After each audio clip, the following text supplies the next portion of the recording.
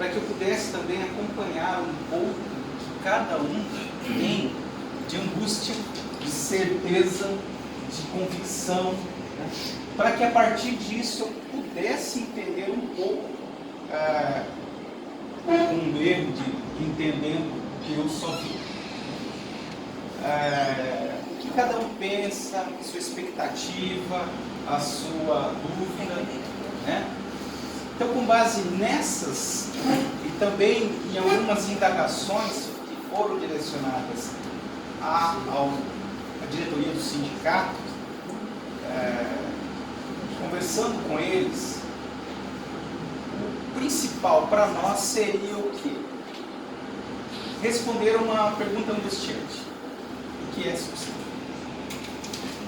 E, lógico, dando pontos de partida, porque é evidente que quando você traz uma informação, pode ser que levante em você outros questionamentos, né? E a gente vai, na medida do que eu posso responder a vocês, a gente vai contribuir.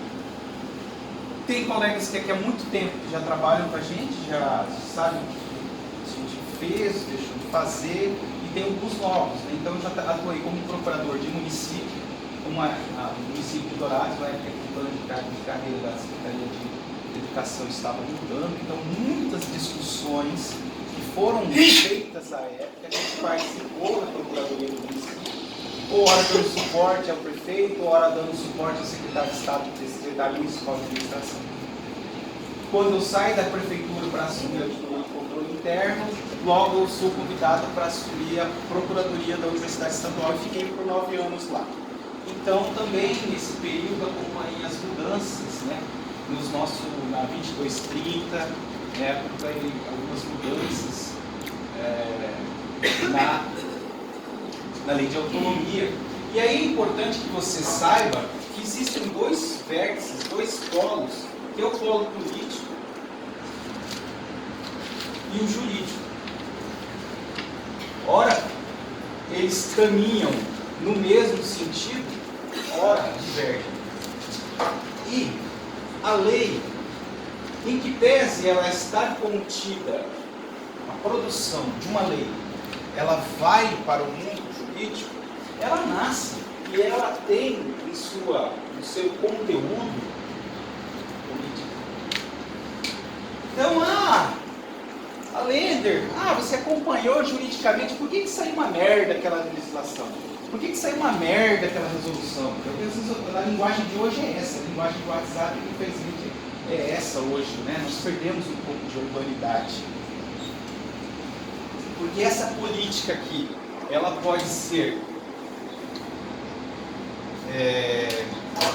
de interesse público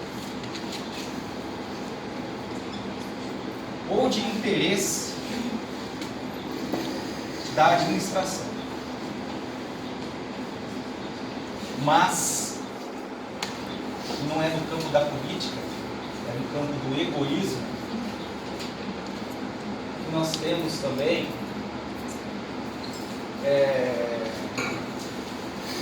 os interesses privados. Então, uma norma, gente, uma lei, ela sofre de muitos interesses. Ela sofre a interferência de muitos atores. Então, o que eu quero aqui é passar um aspecto do jurídico para que você tenha compreensão mais ampliada do que está escrito nesta proposta de plano de cargo. Tem muito disso daqui. Ou tem pouco disso daqui.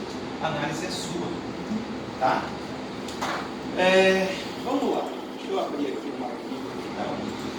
Não pode nada. O drive que eu fiz slide. Vocês sabem, alguns colegas já comentaram, né? Eu vou explicar bem, né? Que em 98, olha só, ocorreu a emenda constitucional número 19.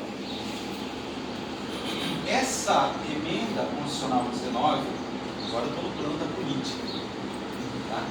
Ela nasce com o intuito de trazer para o Brasil, ou fazer com que o Estado brasileiro ele saia de um modelo de gestão, chamado burocrático, para um modelo de gestão em que eu gerencio a entrega dos resultados. Então, eu não me preocupo só com o processo, eu me preocupo, e principalmente me preocupo, com o que eu entrego para a sociedade. Então, não é um exemplo prático. Eu tenho o dever de fornecer medicamentos para a sociedade. Então, a política pública está criada por lei. Então, eu vou, enquanto administrador, fazer com que esse medicamento chegue até o necessitado. No modelo burocrático, eu entregaria o AS, a dipirona, ou qualquer coisa, né? Entregue. No modelo gerencial, eu me preocupo com isso, mas eu pergunto, está atendendo a necessidade? Eu preciso mudar alguma coisa no meu processo de compra, eu preciso mudar meu comportamento, eu tenho que ouvir o cidadão. O modelo gerencial, a participação da coletividade, da sociedade para a tomada de decisão é fundamental. Então, o que acontece? Você dá a cidadania à pessoa e, ao mesmo tempo, exige, enquanto eu sou servidor público, de muito mais domínio, de conhecimentos. Porque se eu vou ouvir o cidadão, eu tenho que ouvir com qualidade. Eu tenho que entender a fala dele. Eu tenho que saber como é que eu faço a necessidade de entrar dentro da minha vida administrativa. Então, eu, enquanto técnico, quando eu ouço o cidadão, eu ouço a reclamação do aluno, do técnico e do professor. Então é o seguinte, essa reclamação, ela é um insumo.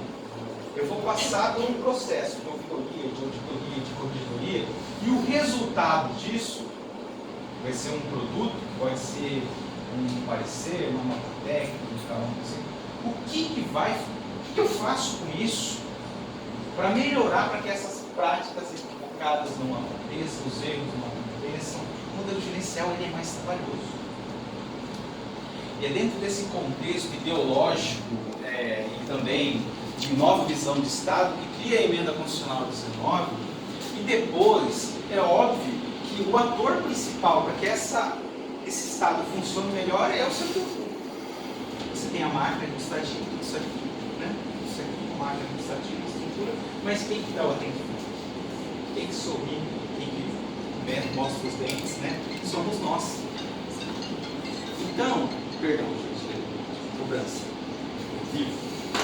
Deu uma internet de 200 mega para mim, Então, toda hora, daqui a meia hora, liga de novo. Então, o seu papel, o meu papel é fundamental nesse processo. Bonito, bacana, interessante, Porém, tem um monte de interesse aqui. Tem um monte de interesse e esses interesses são muitas vezes colidentes com o seu, entendeu? E essa colisão, ela muitas vezes, ela passa por adoção de certos instrumentos jurídicos e agradam órgãos sagrados. Dentro dessa mudança importante que aconteceu lá, uma importante mudança que envolve o servidor foi a criação ou o retorno, vamos dizer assim, a assunção para alguns, do subsídio. Que é uma espécie de dar dinheiro devolver o dinheiro pela venda do Então nós vamos entender isso um pouco melhor agora, para que você me pergunte,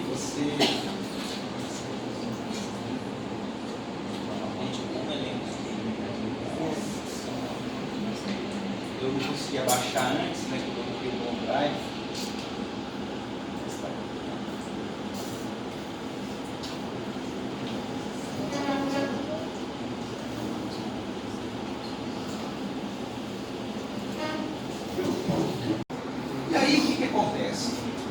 processo, eu falei também para vocês que existiam muitos interesses para a construção de um novo modelo de Estado. E aí eles criaram o subsídio como uma estratégia remuneratória. Mas o que estava pegando aqui, cara? O que estava pegando? Estava pegando que era, acho que era, na época, eu não lembro. Vamos lá, vamos pegar como exemplo. Hoje, não, vou pegar um exemplo. Se um presidente da República ganhava 15 mil, tinha servidor ganhando 40. Mas a Constituição já dizia que o limite era o salário do presidente da República, do Poder Executivo, do Poder Judiciário, o salário do ministro do STF, né? E assim vai. Então, o que eles perceberam? Uma das formas de pagamento do sistema de remuneração, vou explicar daqui a pouco, hein? Não precisa perguntar agora não. O sistema de remuneração fazia com que, lá em 98, às vezes eu ganhava tipo quinhentão de salário base. Quinhentão. Muitos salários eram irrisórios. Quinhentão, só que aí eu ganhava de ajuda de custo 5 mil. Auxílio isso, adicional de função mais 5 mil, então quer dizer, eu era auditor de controle interno, mas se eu fosse auditor de controle interno em exercício eu ganhava mais 5 mil, mas o meu salário base, crescimento base, era 500. Então o adicional de tempo de serviço era sobre o salário base. Então o que as pessoas... Só que aí, quando eu aposentava, em algumas pessoas, em alguns cargos, algumas carreiras, o cara ganhava pouco. Ele ia receber o vencimento básico. Em outras carreiras, ele ia receber tudo aquilo, mas ele nunca contribuiu, porque eram verbas indenizatórias. Então, a gente não aguenta, né? E você não aguenta. Então, eles criaram a ideia de ter um sistema remuneratório de parcela única.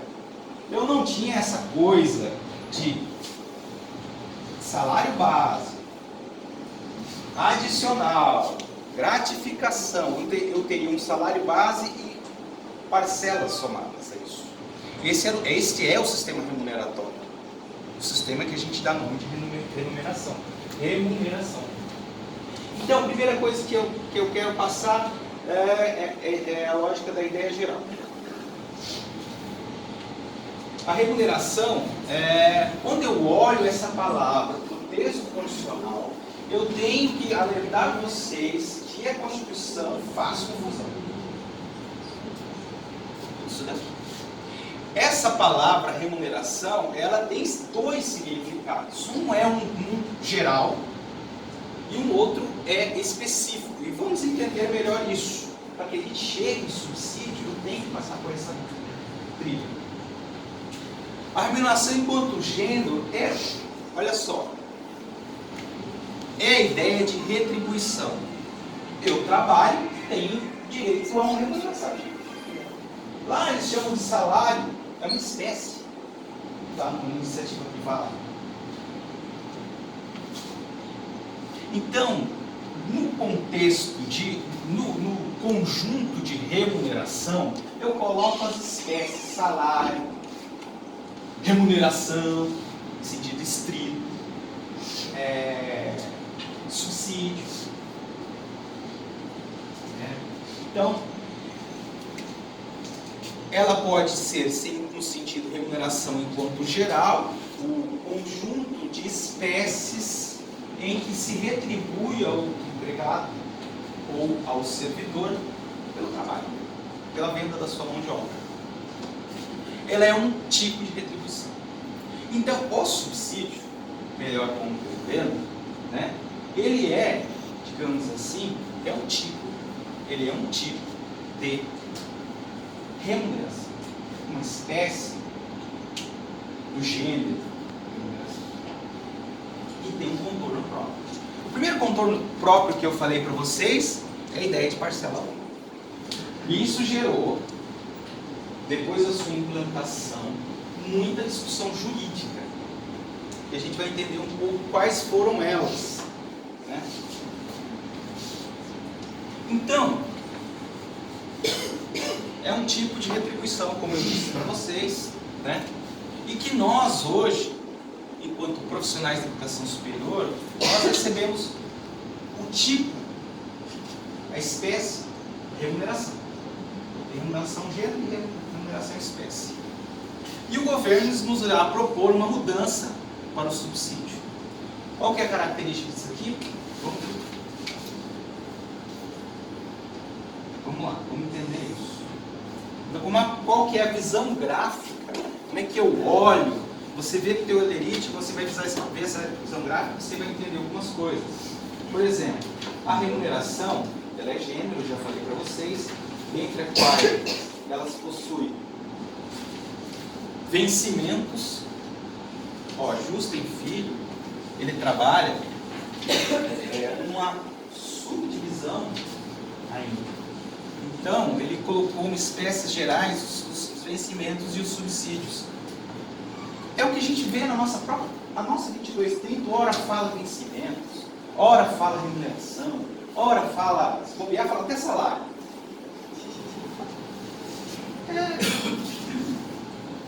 O processo de construção de uma normativa tem pitaco daqui, sem um conhecimento muito técnico, por isso que a gente chama muitas vezes de algumas leis de leis atécnicas, ou leis que não seguem uma técnica adequada. Então, o que nós temos no vencimento? É o que você vê lá no seu logit. Você tem um vencimento fixo e vantagens pecuniárias, que ora são variáveis, né? Por exemplo, dedicação exclusiva, insalubridade, periculosidade, ora são permanentes, adicional tempo de serviço. Adicional tempo de serviço. E, porém, todavia, entretanto, o subsídio, veja, ele não tem isso. Ele não tem parcelas. Tá? E é isso que é preciso que a gente compreenda. E compreenda também que essas vantagens, como eu falei para vocês, eu dei o exemplo do adicional de tempo de serviço, gratificação de dedicação exclusiva, ou adicional de periculosidade, né? Elas são variáveis, elas são condicionadas e tem uma forma, sempre foi explícita em lei. Isso é relevante que a gente saiba. Bom, por quê? Porque justamente a migração desse modelo para este fará com que você deixará de receber alguma coisa. Simples. Tá?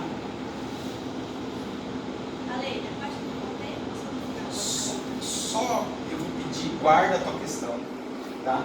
Porque eu já vou passar essa parte teórica, né? Porque às vezes eu te respondo no subsequente. Bom, então qual é o conceito de subsídio? Ela é devida, quando foi criado, quando ele foi criado, ele era devido e está contido na Constituição como primeiro alvo os agentes políticos. Quem são os agentes políticos?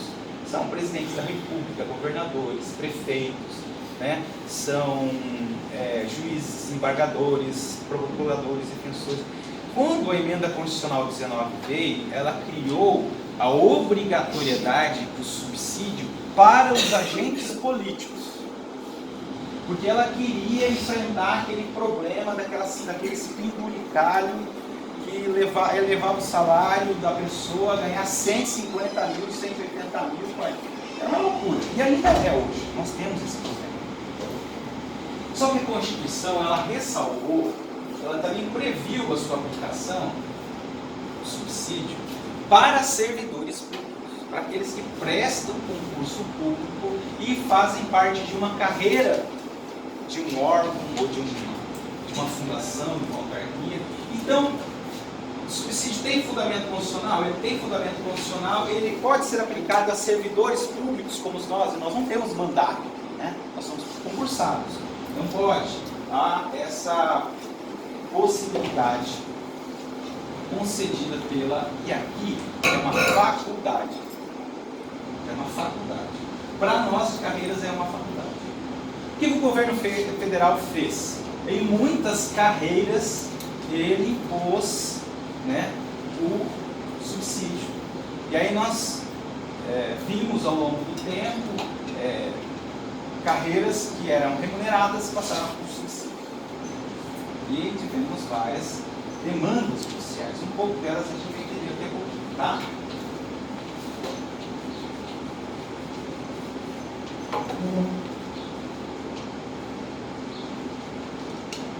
Para que você entenda a sua mudança, que você possa pegar o plano de cargos e carreiras, ou a proposta de PCC, ou até pegar o nosso próprio PCC vigente e entenda algumas coisas, do ponto de vista jurídico, a partir da visão jurídica, é importante que eu passe a vocês alguns conceitos que são jurídicos, tá? Para que vocês tenham o meu olhar e apreendam e aprofundem a sua leitura. Então, nós recebemos remuneração porque nós somos servidores públicos, né? Nós não recebemos por subsídio, né? Ele é composto de uma parcela, como eu disse para você, o seu vencimento base, né? E depois eu vou dizer que, me cobrem, nós temos uma peculiaridade no nosso PCC. Nós temos o vencimento básico e outras vantagens específicas.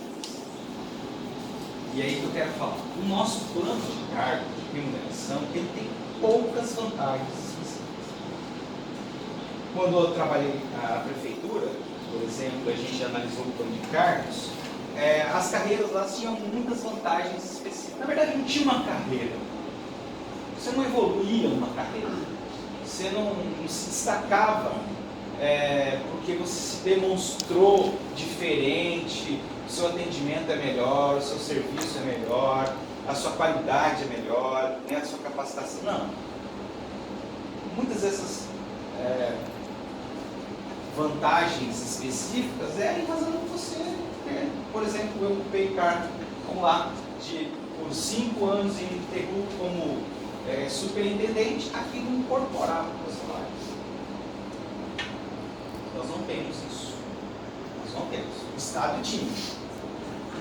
Mas a UEMS, no nosso plano de carreira, nós não temos isso. E mais, o que acumula? Não é só manter o serviço. Essa é uma vantagem pessoal que acumula, né? Vamos lá. Pois, esse é eu falei vencimentos, né? Vamos dizer aqui. Vencimento. Vencimentos ou vencimento, né? Justin traz uma... Você lembra aquele gráfico que os nossos vencimentos, eles se dividem em um que é básico e outro que é variável? Então, se você pega a nossa tabela lá, da 2230, né, vigente, atual, né, você vai entender lá o seu vencimento básico. Aquele salário. E nós temos poucas questões que são variáveis. No Estado tinha tá? O TNS nível 1 corresponde a 2.383,24. Quem entra na carreira, graduado, né? Esse é a base. E nós aplicamos coeficientes, né, sobre essa base, que são os nossos níveis. Então a nossa carreira, né, entre aspas, a nossa carreira, ela é um nivelamento. É uma pirâmide de nivelamento.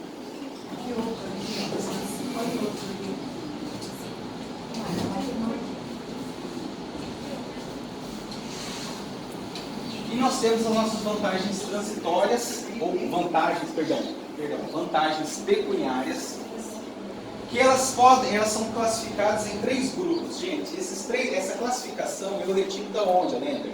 Da 1102, que é o modelo que conceitua, nossa lei conceitua. Nós temos vantagens vinculadas à pessoa. Então, exemplo, a gratificação natalina, o adicional de tempo de serviço, férias, escolaridade, tudo isso é vinculado à pessoa. Eu tenho gratificação natalina se eu trabalhei efetivamente por um período tal, aquisitivo, ganhei gratificação. E nós temos algumas vantagens ligadas ao serviço. Cargo em comissão, né? Função gratificada, insalubridade, periculosidade, penosidade, trabalho noturno, hora extra ou serviço extraordinário, produtividade, dedicação exclusiva, exercício em locais de difícil acesso, que a gente não tem, né? Nós não temos isso. Não é isso. O nosso plano de cargos e carreiras, ele tem poucas vantagens de serviço. Né? Tinha carreiras em que o cara ele vivia correndo atrás de vantagem de serviço para fazer essa diferença aqui. Ele ganhava pouco, o salário era pouco, então corria atrás de vantagem de serviço. Conseguia com o chefe a qualificação daqui, não sei o que, daquela, para tentava mudar para de noite, tentava ir para um lugar perigoso, para trabalhar para ganhar mais, né? Colocando a sua vida em risco.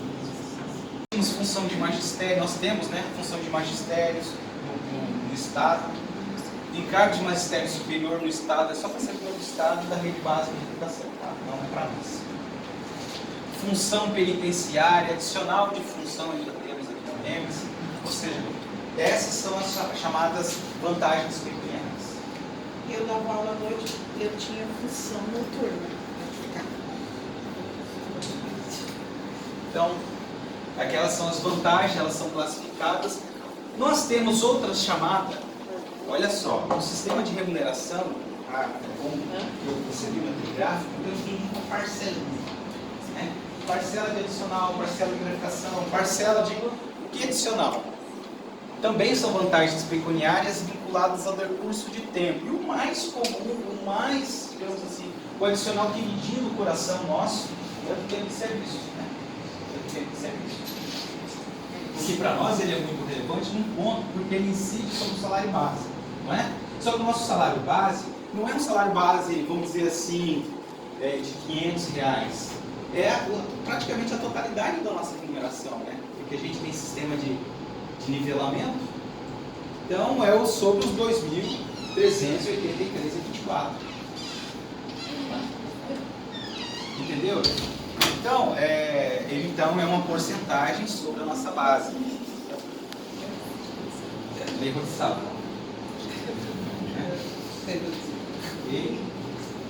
Ou de algumas condições diferentes aos alcargos, depois a gente vê isso.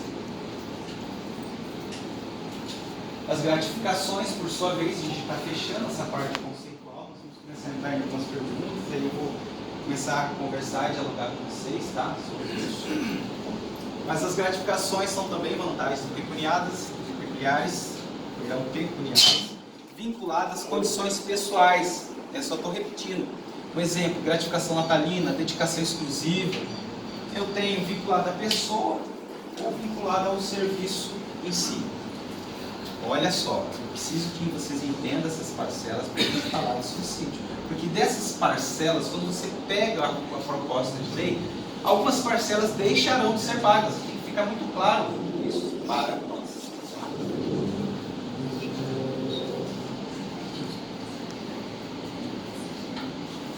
Então, uma pergunta, né, já entrando nesse aspecto de o que acontece, o que deixa de acontecer.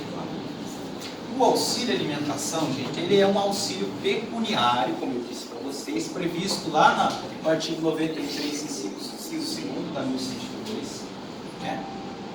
Ele não se incorpora ao vencimento, ele é concedido em atividade, ao servidor em atividade, então o aposentado não recebe. Né? Licença saúde, né? Em alguns casos pode receber, em alguns casos não pode receber, né? Conforme o que? Condições fixadas em regulamento. Que no nosso caso é uma resolução do COUM. Tá? Pergunta: se o auxílio alimentação poderá ser pago com a implantação do subsídio? Não há dispositivo na proposta de PCC que garante o pagamento de auxílio alimentação com a implantação do subsídio. Nós não encontramos no plano, na proposta, essa clareza, na análise técnica e jurídica. Tá? Para evitar qualquer dúvida quanto à legitimidade de recebimento, né, ele deve ser incluído como um inciso 7, porque nesse artigo 52, na proposta, ele vai até o 6. Uma ideia é incluir como 7, como uma ressalva. O que é a ressalva? A ressalva é a seguinte: eu recebo parcela única, mas eu posso receber ajuda de custo, auxílio disso aqui e é para dar segurança.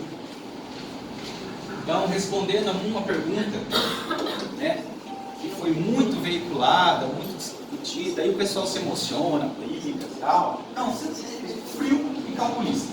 Né? Não temos segurança. Tá?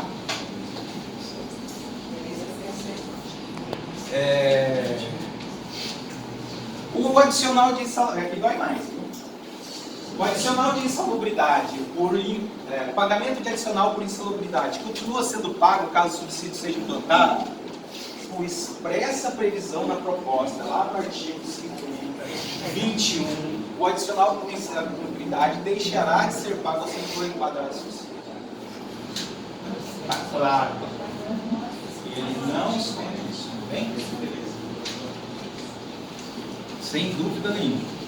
Então, aí também fizeram essa pergunta.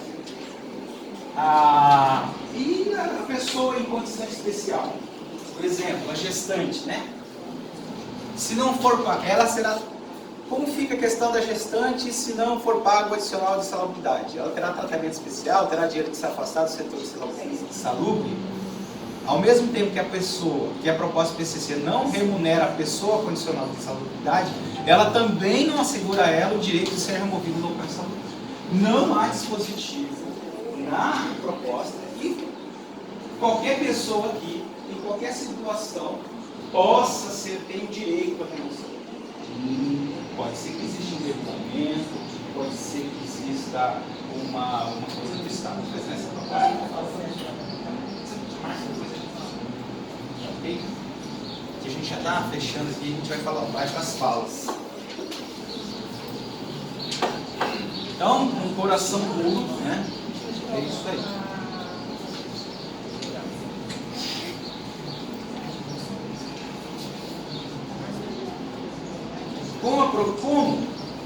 Como a progressão ocorre por tempo no cargo, vocês viram isso, né? O enquadramento do tempo de serviço, aí eu não sei por que está progressão, mas eu só repeti a pergunta.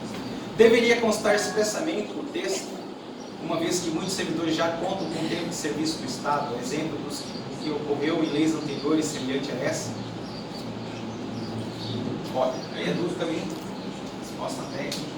O adicional de tempo de serviço é uma vantagem vinculada à pessoa e não à carreira. Então, com a proposta de transição do PCC, que é, se você pegar lá na memória do governador, que é a primeira folha, ele fala, para mim, entendo a linguagem jurídica, ele fala claramente que ele quer privilegiar uma carreira. Tanto é que foi por isso que eu falei aquele áudio, em uma das falas minhas, poucas falas no grupo. Inclusive, essa parcela remuneratória deixará de ser devida ao servidor nos termos do artigo 50. Tem um dispositivo específico na proposta do PCC que fala o adicional de tempo de serviço não será mais direito. Mas além de eu vou ser implantado o PCC, né, adicional de tempo de serviço, é aquele que engloba a tua vida lá fora também. Eu tenho meu adicional de tempo de serviço, lembra? Que é igualzinho ao adicional ao cargo. Então muitos de vocês têm isso. Por quê? Porque eu não tinha tempo do Estado para trazer para dentro da UENS. Então eu só tinha tempo de iniciativa privada, da prefeitura, que eu vou aproveitar isso só para minha aposentadoria. Agora quem veio do Estado, de outro órgão, ou veio de outro cargo da UENS, ele aproveitou o adicional. Porque era adicional de tempo de serviço, o Estado deu isso. E a mudança agora é no cargo. Se você hoje é TNS, você é TNS. Se você é TNM, é TNM. Tem 20 anos de TNM, 10 não é. 10 não. É proposta que está assim, deve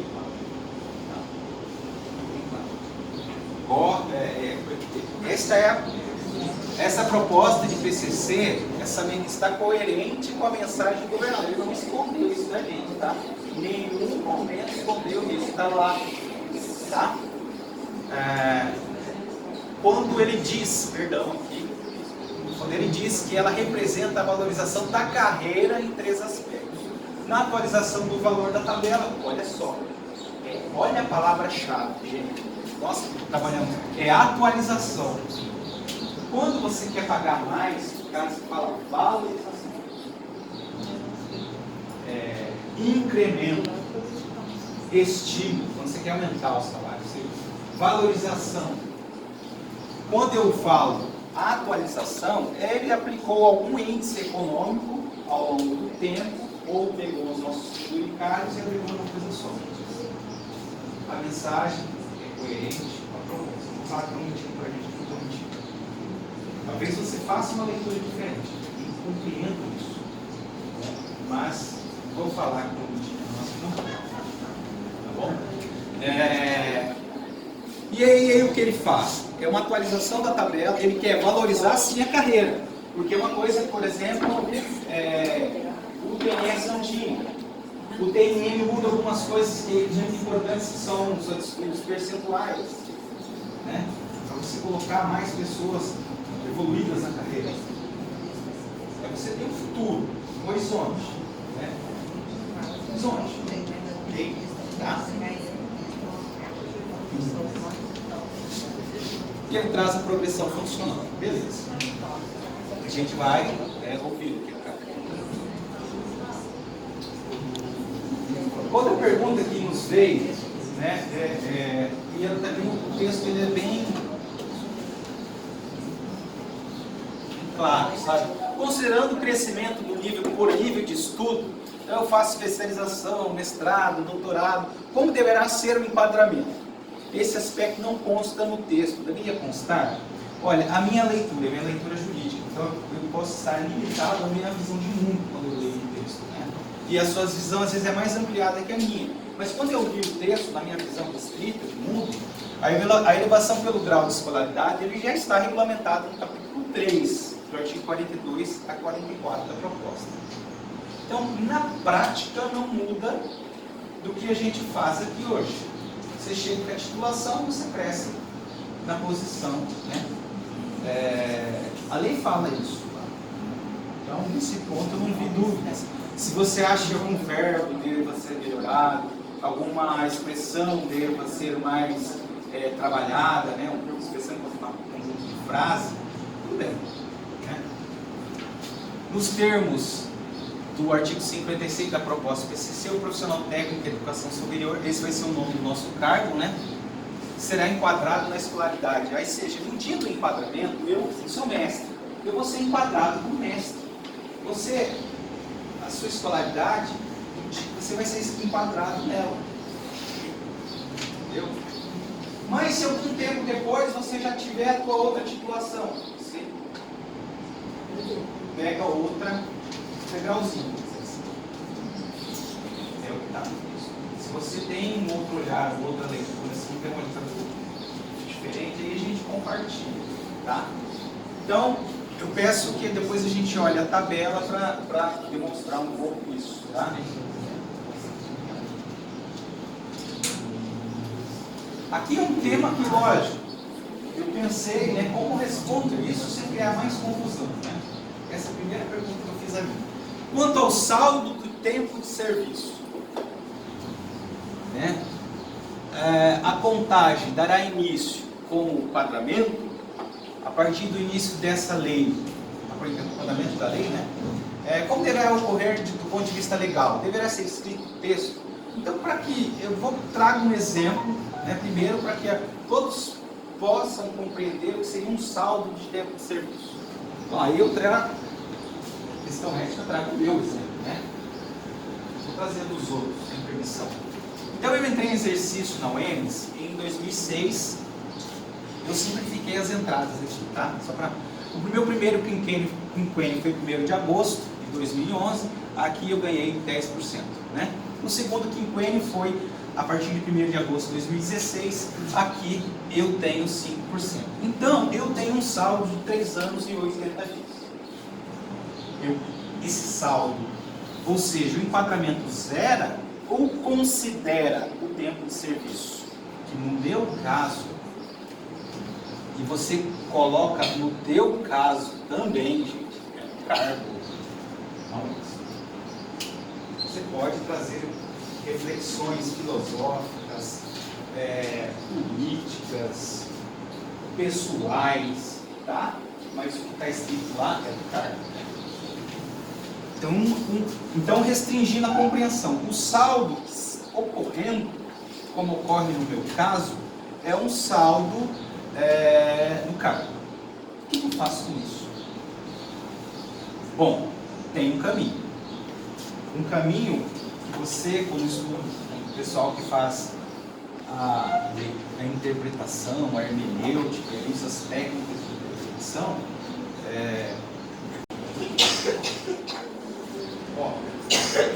compreenda uma coisa. Pegando, nós estamos falando de saldo, nós estamos falando de adicional de serviço, né? Então você tem que distinguir duas coisas: o adicional de tempo de serviço. Primeira coisa, eu vi muita manifestação no grupo, né? Porque você tem que entender que o Instituto Jurídico, aqui, Progressão Funcional, em que pese ter alguma forma semelhante à adicional de tempo de serviço, ele não é a mesma coisa. Primeiro, a natureza jurídica do adicional é que ele é uma parcela da remuneração, não é? Eu falei isso? Em subsídio, nós não falamos em parcela. Então, a progressão, quanto mais tempo você ficar na UEMS, essa proposta de PCC, ela reconhece isso. Então, ela reconhece para que você progrida. Então, qual é a natureza jurídica desse tempo que eu aqui? É de progressão funcional. Uma progressão. Então, ele é o próprio salário em si. Se você pegar aquela joguinho de naval, que é aquela tabelinha lá, você souber fazer a pesquisa, você se encontra, olha, eu vou receber isso aqui. E se eu ficar mais um tempo, 5 anos, não lembro, então o que eu faço com aquele salário? Tá bom. Então, a lei fala que é um adicional, a proposta de PCC fala que é uma remuneração, é um estágio, um progresso da sua carreira. Aqui ele é vinculado à pessoa, aqui não. PCC, você lembra que a ideia de valorizar a carreira? É isso, valorizar a carreira. Né? Quem está mais tempo aqui, é óbvio, né? E quem está mais tempo aqui acumula mais experiência com o fazer diário da UEMS, entende umas coisas melhor. Uns não entendem até hoje, tudo bem, né? Faz parte, né? Cada um tem sua velocidade, sua dinâmica, mas aí é pessoal, né? Então lá eu tenho um exercício de 5 anos no serviço público estadual. Deixei em branco para escrever isso. Então, se você veio do IMASU, você veio da Secretaria de Saúde, Estado de Saúde, Estado de Educação, você contaria, né? Entendeu? Contaria. No adicional de tempo de serviço, que é uma parcela remuneratória vinculada à pessoa. Entendeu? Essa proposta, a palavra, a mensagem era sem paixão. Porque hoje, na proposta, o que está no coração do governo é um interstício de 5 anos na carreira proposta. Mas além de eu posso receber menos com enquadramento, cuidado, tem o PCI. Menos você não vai receber. Talvez aquele saldo de remuneração e de enquadramento que você recebia no mês anterior vai ser pago com PCI. R$200, R$300, R$1.000, não sei. Você tem que fazer sua conta, é você que faz. Tá? Então, para você saber com toda a segurança, com toda a evidência, de que você está ganhando ou perdendo alguma coisa. Então, Leandro, como é que eu interpreto o saldo? Quem concede, gente, olha que interessante aqui a progressão funcional, ela tem, olha a forma dela, como ela é parecida com o adicional de tempo de serviço. Ele é automático. Vai preencher o interstício, você vai progredir. e vai ser expedido um ato do reitor, uma portaria, né, concede progressão funcional a Lender, né, por ter cumprido 5 anos, né, na referência tal. Ao meu ver, o ato do reitor, por que eu coloco? Eu coloquei a meu ver, mas é o seguinte, eu tirei isso aqui da lei. O ato do reitor que concede a progressão funcional deve considerar o critério objetivo previsto na proposta do TCC. Qual é o critério objetivo previsto na proposta do TCC? É o teu tempo do cargo. Então, ou seja, o tempo de efetivo exercício do cargo, o qual, por óbvio, considera eventual saldo decorrente de enquadramento. Então, vai aproveitar o teu saldo, vai aproveitar o teu saldo. Tá? Vigia máxima. O que o legislador não exclui, o administrador não pode excluir. É um princípio de direito. Então, o legislador não fez essa exclusão. O próprio governo que fez a proposta não fez essa exclusão. Então, o saldo remanescente, para uma interpretação sistemática, teleológica e até mais restrita do quanto das palavras, exclui. Então, o reitor não pode. O regulamento ele tem que explicar como eu faço isso. Explicitar isso, talvez, mas não vai tirar. Então, é o que eu tiro da lei. Não tem nenhuma parte do PCC fala assim, está proibido, é improbidade administrativa excluir o saldo. Ele fala o contrário, ele fala assim, será o tempo. E o que fala na mensagem do governador, vai valorizar você na sua carreira, né? Então é a minha leitura jurídica disso, eu interpretaria com segurança, com certeza, dessa forma. Tá? E a gente tem que trabalhar no mesmo discurso, né? Esclarecer aqueles que têm dúvida se esse é o sentido. Tá? Então, aí, meus amigas e meus amigos, né? A gente pode formalizar. Mas olha o que está em jogo. A gente pode, digamos assim, pensar estratégico. Nós não concordamos que os direitos sociais do trabalhador sejam suprimidos. Então, periculosidade, insalubridade, penosidade, elas têm que contar como ressalvas, ou seja, como direitos ressalvados ao trabalhador. Então, a gente formaliza isso enquanto sindicato. Né? Ok? Para dar depois, se isso vai passar ou não vai passar, a gente precisa disso até para conversar com os deputados. Né? Tirar a nossa insalubridade. Aí o que o deputado vai falar? Mas eu tirei isso aí, eu tirei periculosidade policial. Isso é um argumento. E tem todos esses detalhes, mas a gente tem que formalizar. Tá? Aí, só para Marinalva, você falou Hora extra do servidor. Da hora extra. Regulamento. Nós precisamos de regulamento. Entendeu? Nós precisamos ser agentes de influência, agentes de pressão para regulamentar isso. Isso está acontecendo na prática. Também não vou comprar uma briga porque isso não acontece na prática. Está acontecendo na prática? Está acontecendo na prática. Vamos buscar pelo regulamento. Posso só adicionar uma coisa? A lei diz para implementar a hora extra tem que ter uma forma de controlar, ou seja, com o eletrônico. Então, a partir do momento que você instala o controle eletrônico, você consegue calcular com hora que a pessoa saiu e aí você faz o cálculo de hora extra. É assim, por exemplo, em empresa privada. Eu falo por experiência própria. Mas aí você pergunta em banco de horas, porque você faz um dia a mais, um dia a menos, então Mas a colocação que eu pus não é nem colocar tudo essa questão. É permitido por lei ao servidor público ser remunerado por hora extra, porque pelo que eu já ouvi, não se pode ter. A 1102 fala da hora extraordinária, profissional, fala, você tem direito. Mas esse é um tipo de direito que, para ser efetivo, tem que ser regulamentado. E uma das formas regulamentadas no Estado, né, até porque isso pegou muito na área de saúde. Entendi. Eu acho que é complicado isso. Outra pergunta. Volta lá. E outra pergunta. Sobre a questão da verbação do tempo de serviço. Sendo aprovado o TCC, vamos supor que ele seja aprovado agora em dezembro. Quem ainda não averbou, vai poder fazer essa verbação? Sim, eu sei, ela conta para aposentadoria, mas vai valer isso? Vai poder pedir, porque pelo subsídio fala que não é devido. Não. Mas, vejam só, a averbação de tempo de serviço é um ato administrativo que tem múltipla função. A mais importante de todas é a aposentadoria. Então, isso continue averbando o tempo de serviço para aposentar. Ele tem um nome chamado a averbação de tempo de contribuição hoje. Mudou, entendeu?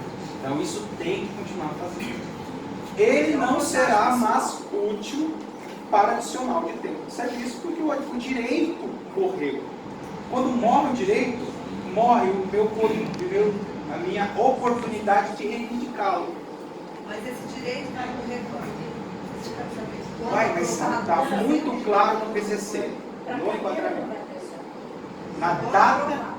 Na data que publicou no Diário Oficial, está bem claro lá. Na data que publicou no Diário Oficial. Se é 1º de fevereiro, se vai ser 1º de dezembro, é a data que publicou, aí nasce o direito ao enquadramento.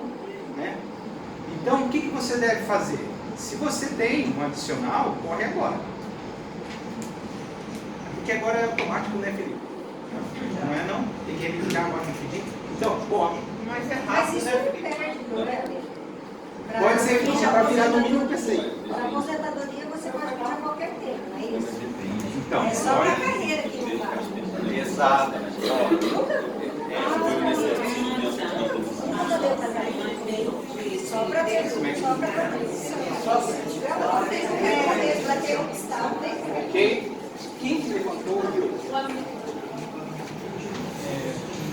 No artigo 52, a gratificação natalina, a gente sabe que a gratificação natalina não é o 13º servidor público, ela foi incorporada a partir da CLT que foi paga para a iniciativa privada. Fala com ela, viu? Fala que eu te escuto. Então, o que a gente recebe como 13º, a gratificação natalina, veio da iniciativa privada, né?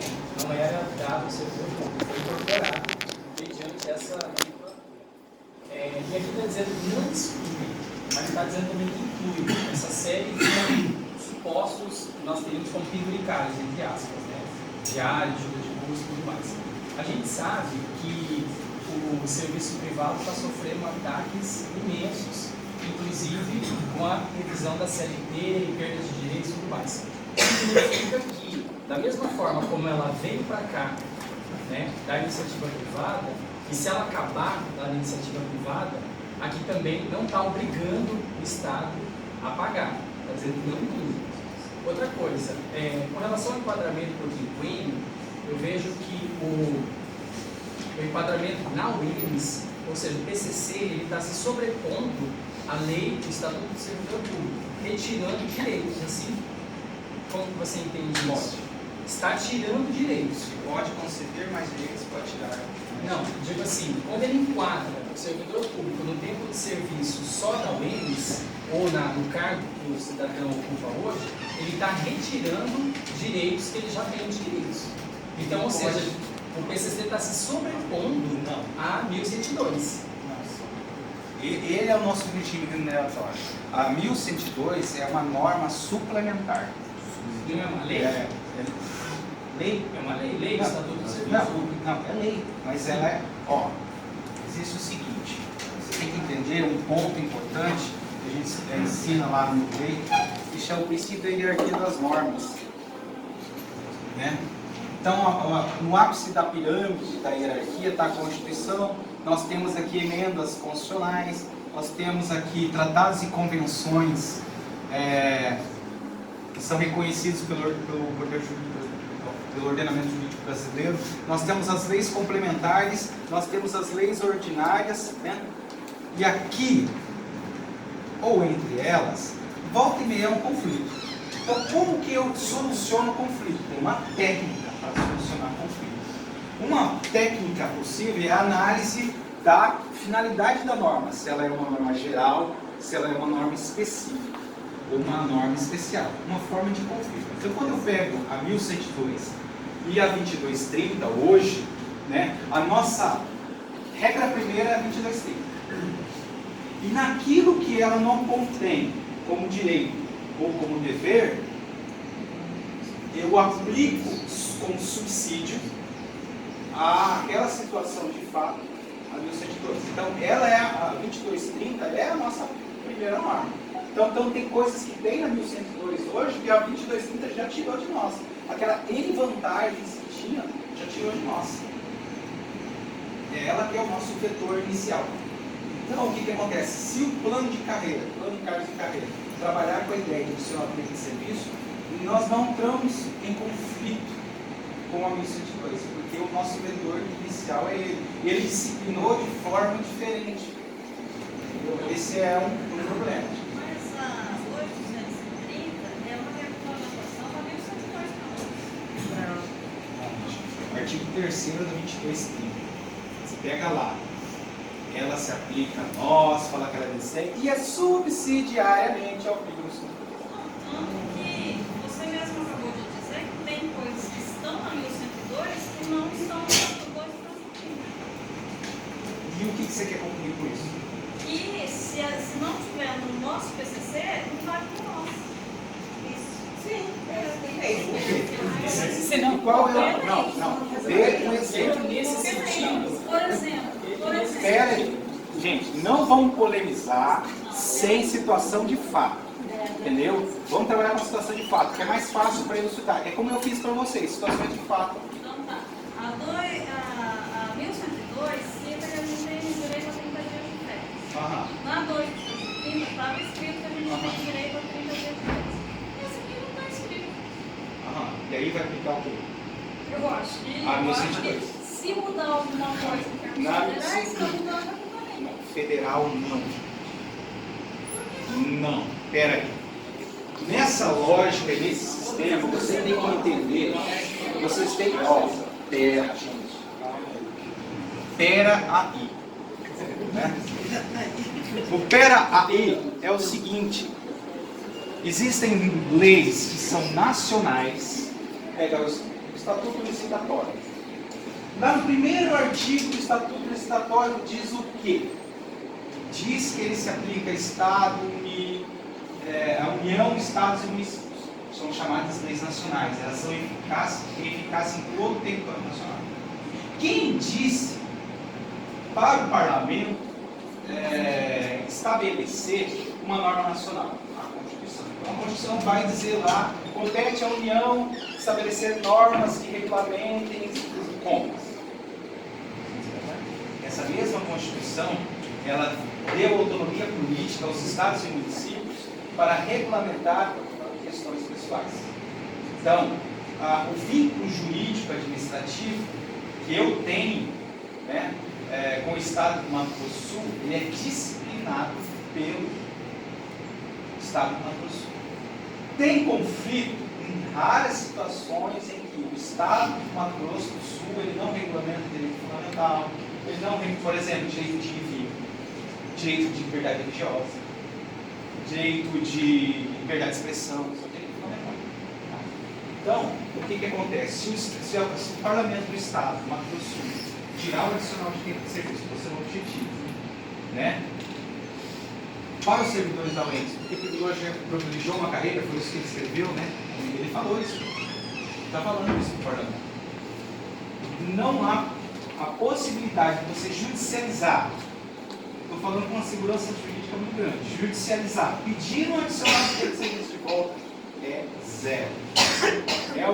Olha, assim, é gastar dinheiro com advogado. Eu queria pegar esse tipo de causa, eu ia cobrar uns 20, 15 mil, né?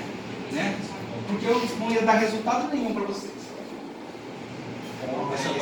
Sendo bem, Mas respondendo a pergunta do amigo, então, se está prevista aqui a gratificação natalina, na proposta atual do governo, ela está garantida.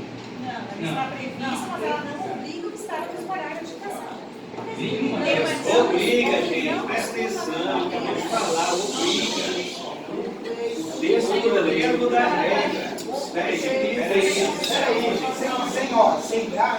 falar Gente, quem tem que responder aquilo é a lei. tecnicamente, juridicamente, obriga. Se você quer, é isso que eu quero falar aquela hora, se você quer um texto melhor, Se você quer tirar um pouco da sua insegurança, a gente sugere o texto. Entendeu? É por isso que a gente tem que ser. Eu sou um cara muito pragmático. Eu não gosto de. Então, assim. Quer mudar a parte do texto? É direito fundamental do profissional técnico. Ainda se limitando às questões dos direitos. Vamos mudar, gente, o texto. Receber o adicional de tempo de serviço como está hoje é um direito? Não, hoje é a 2230. É 22 mil. Não faça. Começa a redigir aí, trabalhe com Objetividade. Então, eu quero saber, é um direito? Olha só, o seu objetivo. Quem está vigiando hoje? A 2230. O que eu estou recebendo de adicional de tempo de serviço? É com base o quê? Na 1102, na 2230, que eu tenho esse direito. Porque nosso plano de cargos e carreira, ele não exclui o adicional de tempo de serviço, ele inclui. Isso. Então, Tá? é direito. Direito, hoje é. Aprovando no parlamento, hoje é quinta-feira, na terça-feira que vem, vamos dizer assim, se aprovasse uma lei tirando, já não vai dar mais direito, a partir do momento que o diabo sai. Aí perde direito. Por isso, eu falei muito claro, bem contundente com vocês, que o adicional de tempo de serviço do Estado, eu vou ganhar menos? Não, você vai ganhar talvez um PCI. Né? Menos não. Mas você tem 25 anos no Estado, vai contar só talvez para você ser enquadrado na referência. Tá? Que depois se fizer? Eu vou tentar depois. Walter para ele. Volta. Tá? Então volta. Então é o Walter, volta.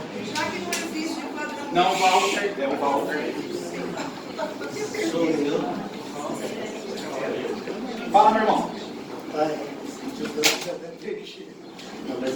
Felipe.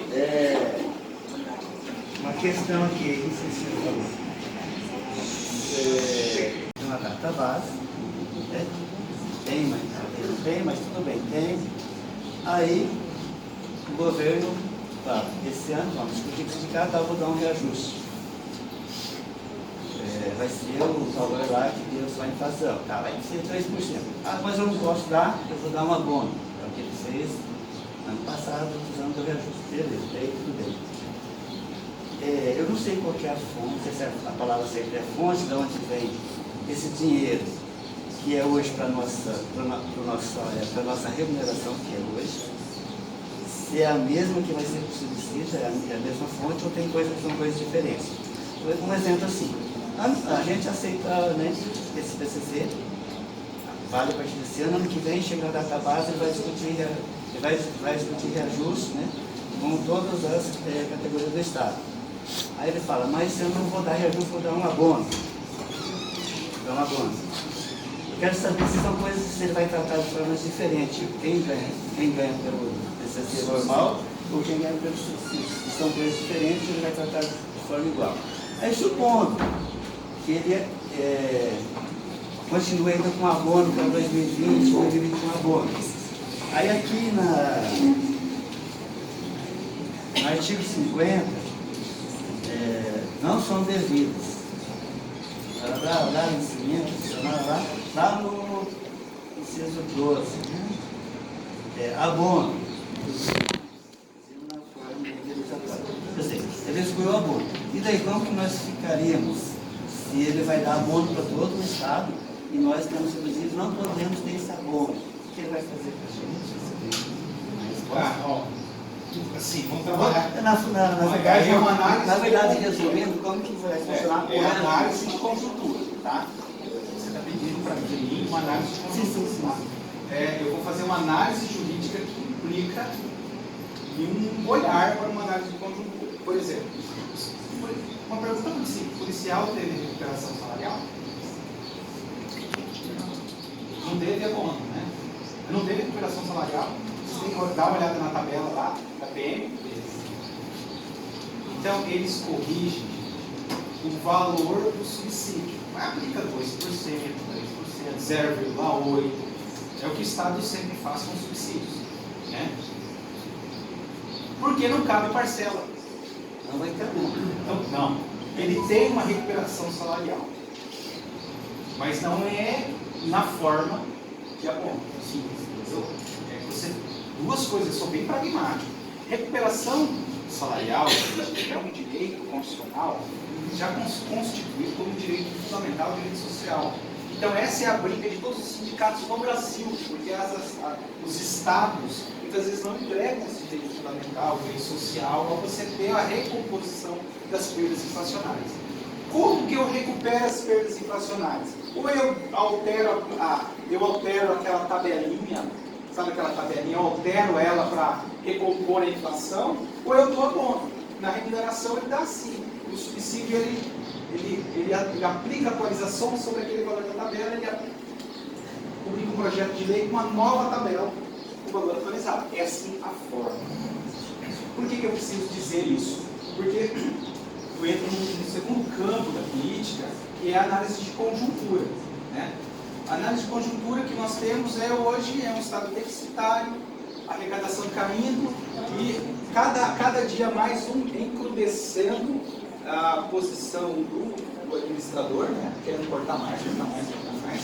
E cada dia nossas categorias de servidores enfraquecidas enquanto instituições organizadas. Esse cenário é o caos. Esse cenário é o caos por quê? Porque você não tem força para impor melhorias. Então, por isso que a nossa unidade é a mais importante nesse momento. É a análise conjunta. A minha preocupação foi essa, porque as conversas dos corredores, eu vi, eu estava realmente preocupado como seria o reajuste. Não sei se depois, mas as conversas do corredor, aqueles que eu conversei, né? Se vocês aceitarem isso, vai ficar 10 anos congelado. Se vocês não sei o que. Então, tem essa preocupação. Como será esse reajuste? Realmente não pode congelar esse 10 anos? Pode mudar zero para nós? Por isso eu me Poder pode até com remuneração. Exatamente. Poder pode até. Não é o tipo, a espécie de salário que vai ser a porta aberta ou a porta fechada. É a vontade política. É aqui, são os interesses. Né? Então não é a forma de remuneração que vai ser porta de entrada ou porta de saída. Tá? Não é espécie. Então ele pode congelar com remuneração. Na reforma administrativa que foi proposta pelo Bolsonaro e retirada, na segunda terça-feira passada, isso ia acontecer. Teria congelar. Independente da espécie operatória. Acho que está bem respondido. Só mais uma questão sobre a CACEMES, que é um auxílio, vamos dizer que seria um auxílio, o caso da CACEMES é um auxílio, não sei se é auxílio falar, do governo, auxílio complementa, né? A gente paga 3, 4, 6, 7, a gente paga mais 3. Isso aí muda alguma coisa com esse CCU, ele vai continuar, ou nada obriga eles. Eu sei que nada obriga eles, vocês falam hoje eu não vou pagar CACEMES, não paga, mas vamos esperar, né? Mas assim, qual que é a sua análise? Primeiro, sobre a CACEMES. CACEMES, gente. Alguém já discutiu isso nesse CCU? CACEMES, CACEMES é o seguinte, a partir do momento que tem uma lei que estabelece o dever do Estado de contribuir, se ele não contribui, é improbidade administrativa. Inclusive, é uma retenção indevida. Então, o Ministério Público Estadual está pegando no pé, porque o governo ele atrasa mesmo. Chega no final do ano, fecha o caixa. Né? Até a gente não consegue pagar, a gente vai fazer o que é pé de empenho para depositar o dinheiro na conta da CACEMES e o governo não passa. Então já se faz isso no sistema remuneratório. Chega lá até 20 de dezembro, 19, aí entra o dinheiro. Né? Então, eles já fazem isso independente da espécie remuneratória. Isso está ligado a um outro campo do direito, que é o direito orçamentário, né? Contabilidade pública. Então não pode. Por quê? Porque essa lei não afeta esse tipo de lei. Não afeta e nem poderia, porque ela precisa ser uma lei complementar que afeta isso. É uma outra lei que afeta isso. Então, gente, vai mudar o plano de salário, não vou deixar de receber cartão. Não tem nada a ver. É um outro campo, uma outra lei. Tá? É conversa de corredor mesmo, tem fatos. Substrato. Simone, depois Felipe. Depois a gente vai credenciando.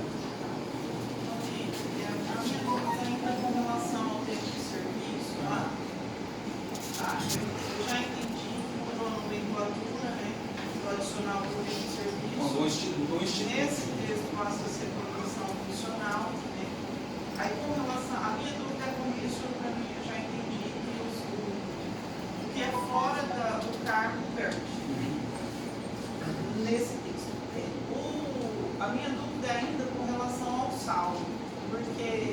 você falou sobre o saldo na progressão funcional, né? Que não está posto, que não perde, então também não está posto que ganha, nem que conta, nem está posto nada. Então, não se retira. Eu entendi isso, né, da sua fala, se eu estiver errado. Mas eu fiquei com a dúvida com relação ao saldo para a promoção funcional. Porque tem lá o artigo 38, quando ele vai falar da promoção funcional, também nós, né, no caso do BNS, que vai ser enquadrado agora, como que fica com relação ao saldo? Porque ele fala que terá início, tem lá, será considerado como data inicial da apuração do interstício a data do enquadramento realizado em decorrência das disposições da Lei 2065. Eu fiquei com essa dúvida, para a promoção, o saldo zera ou não zera? Eu não entendi essa parte. O saldo, a parte mais cabulosa, digamos assim, do plano de cargos é citar a 2065. Então, Por quê? Eu não entendi. Então eu vou ter que pegar a 2065 e moê-la, né, para tentar entender a perspectiva do proponente, para que a gente entenda se aquilo é uma estratégia garantidora de direitos, se é uma estratégia escamoteadora, né, de supressão de direitos. Quando eu peguei a 2065 e olhei ela, o que é a 2065? Ela é uma lei que regulamenta, os planos de cargos no estado de Mato Grosso do Sul. É uma lei geral. Então, quando vai criar planos de cargos, enquadrar planos de cargos, fazer essa transferência de um modelo para o outro, ela é uma norma geral. Então, eu tenho que, como ele cita ela genericamente, eu não sei qual ponto que ele quer proteger ou ele quer que a gente cumpra algum dever, né? Então, isso eu tenho que analisar com mais cuidado. Com relação a saldo, eu acho que ficou claro o que é um saldo de tempo, né? na progressão ficou claro. Tá, que agora, então, você que está falando saldo. Eu estou falando saldo porque nós seremos enquadrados de 5 em 5 anos na promoção, na vertical lá. Então, suponhamos, eu vou falar do meu caso, eu tenho 12 anos, eu vou ser enquadrado com 10, eu tenho um saldo de 2 anos. Dali mais um, eu pulo letra ou eu vou ter que esperar 3 porque zera? Não, então aí que tá, não zera. Não zera. Não zera porque a proposta fala que não zera. Não, a proposta fala que será considerado para contagem de interstício a data do enquadramento realizado em decorrência da 2065. Enquadramento. O E o enquadramento depois? então zera. Não, gente, vocês estão fazendo a leitura equivocada. Então, Eu preciso de um parâmetro objetivo. Eu vou enquadrar. Meu parâmetro objetivo qual? Por isso que eu coloquei o meu saldo. Vamos lá. O saldo fica para a próxima. Exato, você vai ter que evoluir na carreira. Mas onde está escrito? É isso que eu queria saber. Está escrito na própria lei. Lá, quando você vai fazer a progressão funcional, no título progressão funcional, é por isso que eu usei essa Da fundamentação. promoção, né? Da promoção. Porque a promoção é só as letras. Será considerada, será considerada como data inicial para a apuração do interstício, a data do enquadramento realizado. É isso. Entendeu? Quando a gente vai falar do interstício, essa é a minha linha. Porque nós seremos enquadrados de 5 em 5. Certo. Qual será a data inicial para o interstício? Não, é aí que está. A minha visão está sendo diferente de vocês. E a gente precisa entender isso. Porque é o seguinte, vamos dizer que em 1º de dezembro, olha que sonho, de 2019, né? Eu venho no PCC e aumenta para 5.000 lá, o nosso salário pago, né? Olha só, né? Nesse dia 20 de dezembro, algumas pessoas, nós estamos vivendo. Então hoje ela está na letra B, mas em 1º de dezembro ela já teria um interstício de 15 anos. É isso que ele quer dizer. Então, no dia que publicar a lei, eu vou olhar para trás e ver se você preencheu todos os... Se o Allender se ferrou, né? Imagine lá, pega o Allender. Se no dia 31 de julho de 2020 ocorrer o enquadramento, eu vou perder, digamos assim, o enquadramento na letra C.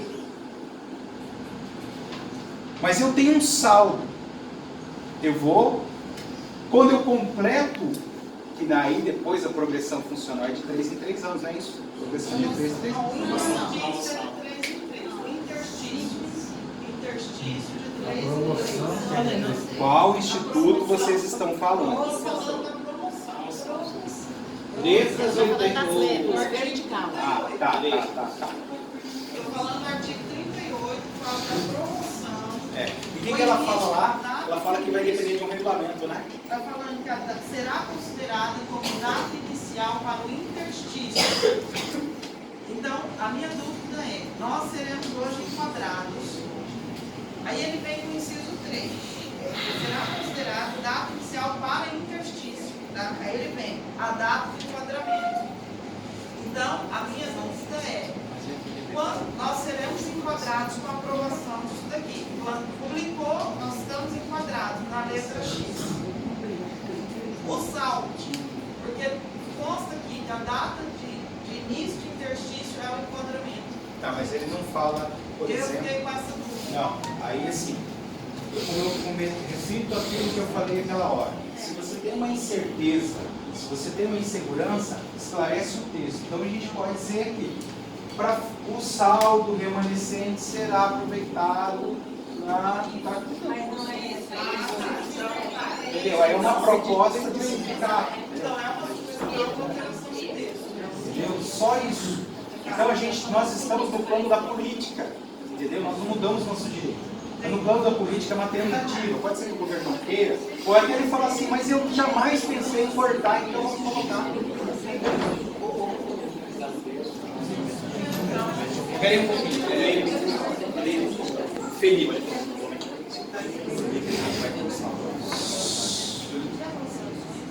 Felipe. Tem duas perguntas. Você disse para a Elaine que os subministrações... Eu queria saber como que os funcionários do Tribunal Sul têm caminhado pelo requerimento e pelo interferimento. E a segunda é, você disse também que nessa proposta não é garantido o vale alimentação. Mas na atual 230 também não tem nenhum dispositivo que garanta. E a gente recebe o auxílio de alimentação. Talvez, eu não sei como que isso é feito hoje, mas acho que não sei qual seria a visão da gente continuar recebendo. Não existe mesmo. A proposta é bem categórica. O que cai? Esses itens aqui. Isso aqui a gente não vai receber mais, auxílios adicionais, enfim. Mas não cita o vale alimentação. Acho que de repente existe essa possibilidade, eu imagino, não sei, eu queria saber da tua visão. É uma situação que a gente vai continuar recebendo, não vai ter nenhum impedimento que a gente não receba mais. O auxílio de alimentação assim, para a nossa segurança jurídica, nós deveríamos pelo menos colocar no plano de cargos na proposta que ele pode ser concedido, sem prejuízo com a unicidade que é o subsídio. Como ele faz isso com a ajuda de custo, como ele faz isso com as gratificações, ele excetua. Então a gente colocaria dentro das exceções, para garantir. Para garantir. Mas sim, também não, se o governo não contemplar essa ideia, se não contemplar, vai para o plano B. Que é o plano B que a gente tem hoje. Só que o plano B, ele tem uma lógica dentro de um sistema de remuneração por parcelas. Eu tenho a minha incerteza no sistema de subsídio, se depois eu tenho o subsídio, ele é bem claro quais são os itens que eu vou perder. Se ele não fala que o vale alimentação vai ser pago, então esse plano B também não tem essa leitura de parcela, porque ele fala assim, o subsídio é parcela única considerando que não é contemplado os seguintes itens, ele traz. E esse é parcela única. Quando eu não falo sobre o vale alimentação, auxílio alimentação, então eu considero ele como não parcela. Tem um artigo 50, acho que é o inciso 21, 16, quando eu fiz a leitura jurídica daquilo, eu fiquei preocupado com relação ao auxílio alimentação, porque ele é uma chamada norma excludente geral. Então não pode receber subsídio com qualquer coisa que alguma lei de algum lugar da NASA te garante. uma norma de vedação expressa em sentido geral. Então, se eu sou promotor, né, eu falo assim, vocês estão pagando a gratificação, auxílio de alimentação, vai ser a lei. Mas isso, quando a lei me traz uma especificidade, são itens que não tem mais, que acabam englobando uma categoria subsídio. É esse, eu acabo interpretando que para a nossa categoria aplique-se o que a lei, nossa, essa proposta precisa ser dada. E não uma teoria geral, enfim, Não, mas que isso não na caberia. lei, na proposta do governo, é que eu não trouxe o meu anotado aqui. Existe lá, não sei que artigo 52, é naqueles que assim, não paga para subsídio, qual que é? 50. Sim, traz o rol de adicionais. Por exemplo, eu tenho aqui. O vale alimentação não está entre estes. O auxílio alimentação não está entre estes. Ele pode ser pago normalmente. Porque ele fala assim, ó. Ele pode ser 21 pago vezes normalmente. no 50, né? Então veja só. Aqui não exclui. Não, ele não exclui. Não, ele não está excluindo. Está com o texto aí. Proventos e pensões de que tratam as normas constitucionais, a legislação estatutária e a legislação previdenciária, e não são devidas às seguintes parcelas remuneratórias. Lembrando bem que o sistema de remuneração por parcela é o subsídio do sistema único. Então, no subsídio, ele quer dizer que não são devidos, o Estado não deve para você. Né? Quando ele não deve para você, o quê? O meu dedo é isso aqui. Valores, outras gratificações, aí é no rol exemplificativo, adicionais e complementos, de qualquer origem e natureza, que não sejam explicitamente mencionados nesta lei. Então ele dá um rol exemplificativo de excludente geral. Então esse é meu medo, é uma leitura, a leitura é bem clara no sentido de, ó, eu não vou auxílio alimentação pagada. Logo abaixo, ele fala o segundo código, que é o auxílio diário, aí poderia ser aqui o auxílio. Exato. Pode perder. Aí está no artigo 52, ó, o subsídio não exclui o direito à percepção. Por que eles colocaram, agora eu lembrei também uma coisa que eu li. E aqui deixou a mensagem bem evidente, porque o 52 garante, né? Porque teve alguns questionamentos. O Ministério Público Federal, em algumas regiões, eles falaram assim, já não é mais devido à gratificação natalina. Mas a gratificação natalina, ela é um direito escondido lá na Constituição. Por isso que a gente recebe aqui. Tá?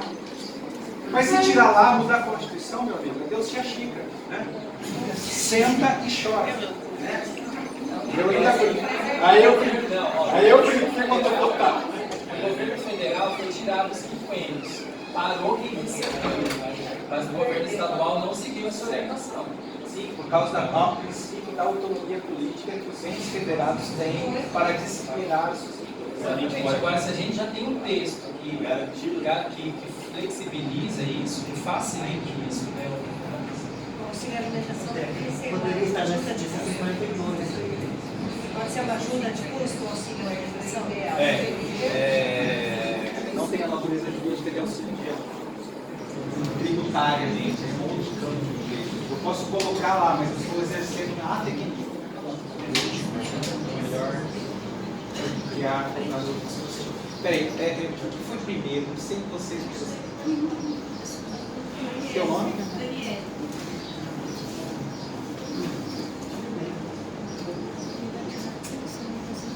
Daniela.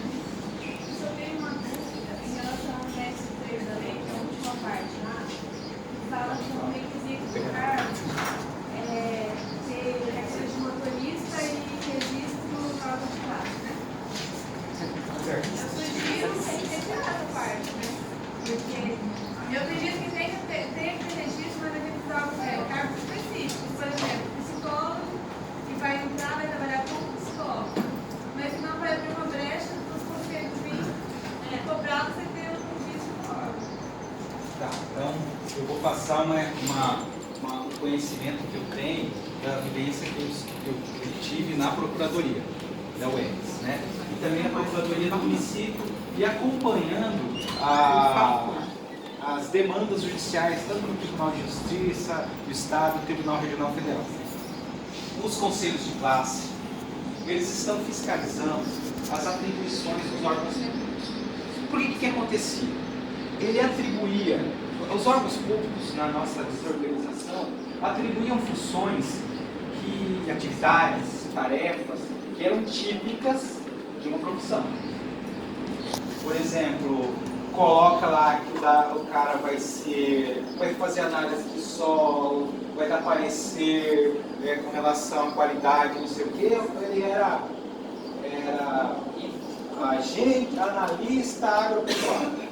Mas todas as atribuições deles eram típicas da profissão do agrônomo. Então, o que acontecia? E aí entrava biólogo, né? Entrava geógrafo, entrava um monte de gente que não profissionalmente não era habilitado para aquela atividade. E aí o que os órgãos fizeram? Eles começaram a cobrar que quando se exige profissão ou se tarefas em que são necessárias manifestação de profissionais, tenham nos editais uma exigência de órgão de classe. Então, no meu caso, auditor do controle interno. O auditor do controle interno exigiu a OAB. Ah, mas o que tem a ver? Porque eu dou um tipo de parecer, que é uma análise de conformidade, que é muito próximo do parecer jurídico. Entendeu? Mas aí tem, no caso, tem o contador. Então, aquelas profissões que nós temos, nunca abrimos concurso com profissões, né? Contador, administrador, agrônomo, veterinário, né? Elas têm que ter, quando elas são organizadas em órgãos de classe, ou tem funções que são típicas de profissões, tem que ter alguma coisa. Tem que ter a registro de classe, senão se torna legal só para si. Faço a pergunta porque eu não comecei antes de insertar e você estava numa classe do 4 anos. Se o meu órgão de classe é isso, a visão de esses casos que eu vou fazer lá, eu vou vir cobrar de quem tem a minha formação como registro no órgão de classe. Só que hoje eu não exerço a atividade da minha formação. Então você não é, aí que tá. Então eu deveria fazer uma ressalva. Não, Dados específicos de cargos que deixa exerçam claro. as funções na área de formação. Deixa claro. Só fazer tipo uma ressalva para não dar. Para tirar em segurança. Porque o ATNM, por exemplo, o técnico administrativo do TAI, né? Aí os nossos concursos abrem de qualquer área de formação. Então eu quero ser TAI na UEMS, sou formado em Direito. Para que eu tenho que ter o OAB? Se eu não vou dar parecer jurídico? Eu não vou exercer tarefas, atividades típicas do advogado, ou do enfermeiro. Mas essa questão tem que ter. Não, essa aí tem que só depois dela, depois sim. Eu só queria saber quando é que a gente vai inserir as alterações do texto. Vai na diretoria do sindicato, vai na assembleia? Peraí, tá. A nota não é o que eu penso. Eu não estou falando disso, eu estou falando do nível salarial nosso para pagar órgãos que normalmente são mais baratos. Tá? Mas a minha pergunta não era essa. Era uma intervenção naquela tabela de letrinhas. Agora que eu estou aceitando essa tabela. Aceitando essa tabela, ela vai até o H, e se você, uma pessoa que entrou hoje, ontem, com o tempo, ela tem ali previsto até o H da, se eu não me engano, 24 anos de profissão. A legislação atual considera que para eu me aposentar eu vou ter que ter 62 anos. Se eu entrei com 20, eu tenho 42 anos para trabalhar. Eu, mulher. Os homens, pelo menos 45. Então, tem que ter letrinha até o fim da carreira. Tá? Então, essa parte considerando essa tabela. Aqui eu contei A, B, C, D, E, essa é de 5 em 5. Então, é que a gente estava contando 5 em 5. Aí daria os 40 Aí dá anos. 35 anos. Valendo, a gente vai fazer uma proposta, não dá para de cálculo, para a gente ser enquadrado de 3 em 3. Tá? Por quê? Porque se a continuação quando a Delane, posso falar, né? Quando a Delane falou que é imexível, não, a gente conversou, o sindicato, tá aqui o Rubens, já que eu fiz uma fala também com o Laércio, conversando com o Laércio, eu coloquei para ele, a proposta está um racha, vou ser sincero, está um racha para um lado, um racha para o outro, as pessoas não estão contentes, na sua gestão, essa proposta não está vindo a contento de todos. Eu assumi o sindicato dia 13 de dezembro, com toda a equipe, alguém que faz parte, tem um monte de gente que faz parte também. E nós estamos trabalhando no sindicato, entrei na UEMS 2001, carregamos o piano aí, que está aí, ó, a Regina acabando de falar aí. Nós estamos aí na época que nem ventilador funcionava, não é verdade, gente? Época de reto projetor que eu pegava meu DLA para emprestar ali na UFMS, para poder fazer 31 áreas de conhecimento, seleção docente, até as 10 da noite, um computador a gente dividia para 2, 3 na sala, não é verdade? Não era um para cada igual hoje. Então a gente é da época das vacas magras mesmo.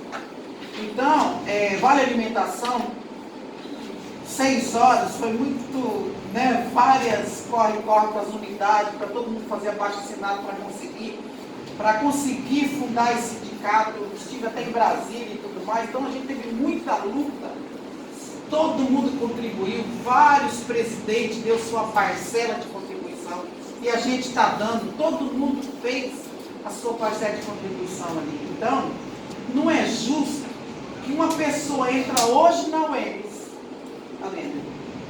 entra hoje na UEMS, trabalha 18 anos e vai para o final da letrinha. E nós estamos aqui 12 anos, 18 anos, 10 anos enquadrado em 5 anos. E depois continua em 3. Por que estão tirando direito meu? Eu cobro na justiça, porque é direito meu. Por que estão roubando meu direito? 3, 6, 6 é 18. Eu vou para a letra G, D. Quem está com 9 anos, vai 3, 6, vai para a letra D. Eu conversei isso com o Laércio. Coloquei para ele. Ele falou, não sabia, Ana. Não sabia disso. Falei, mas nós queremos sua força na questão de dinheiro. Tem 3 milhões e 500 que os professores levaram nível 5. Vou acabar falando mesmo. Aí eu falo, os professores levaram nível 5, Laércio. E nós levamos o quê? Um vale alimentação que vai ser agora, terminar, levamos nada, né, gente? Vamos ser sinceros. Tá, agora no orçamento da UEMS tem 7 milhões, metadinha de novamente para nós, né? Rachadinha. 3 milhões e 500 para nós, 3 milhões e 500 para eles, não é isso? Então vamos lá, 3 milhões e 500 daquela época, 3 milhões e 500 quando nós temos 7 milhões. Então nós temos 7 milhões para nós, planos de cargos e carreira. Conversando com o Rubens, conversando com a Eleni, com a Terezinha, com o Breno e com o Elvio também, que faz parte da diretoria. Então nós entramos num acordo seguinte, não é imexível, Delane. Vamos mexer sim. Vamos aqui, ó, a publicação da diretoria.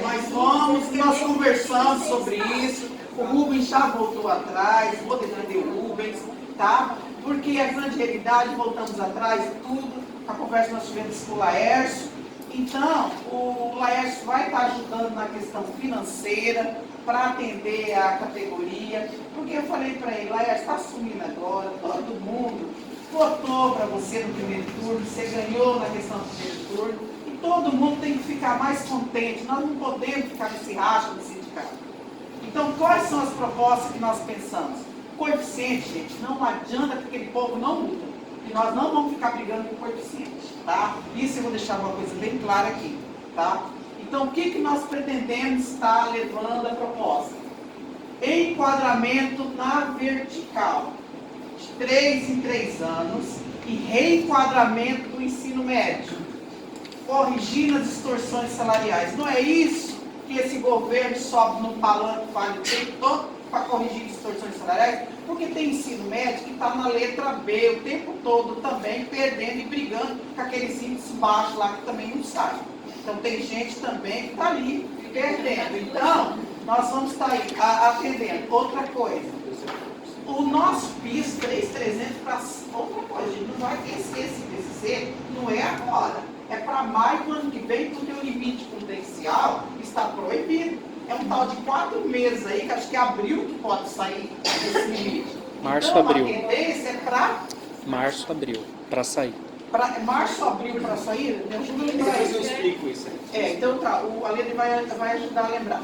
E, então, é isso, então é maio do ano que vem, digamos. Então nós temos que aumentar esse piso que está baixo, está 3.300. Vamos jogar aí um piso de 3.450, pelo menos, tá?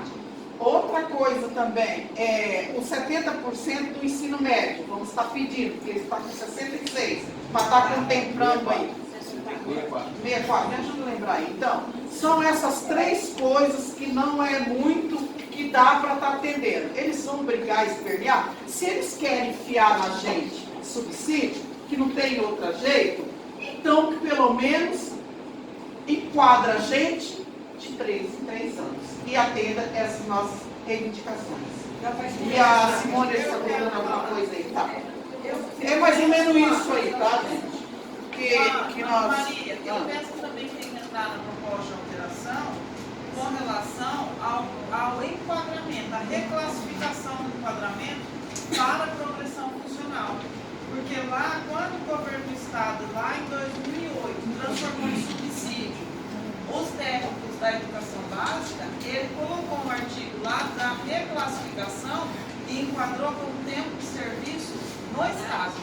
Tem que ser isso. No Estado. E o nosso não está considerando isso. Então eu peço que essa alteração também seja considerada pelo sindicato.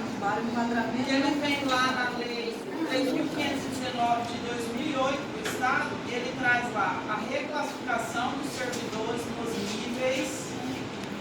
níveis que o nosso é na horizontal, dar-se-á pelo tempo de serviço prestado ao Estado, apurado até a data de vigência desta lei. E também nós vamos ter que garantir lá, pelo menos, as questões que o Aline falou lá, e o Aline vai ter que ajudar a gente, que ele entende do jurídico, para redigir a questão do vale alimentação, que realmente não está contemplado. Não, mas aqui nessa lei a gente tem precedente que o Estado considerou o tempo de serviço Não, tudo bem, mas a gente coloca junto também. Só para fechar uma coisa. Agora passar por...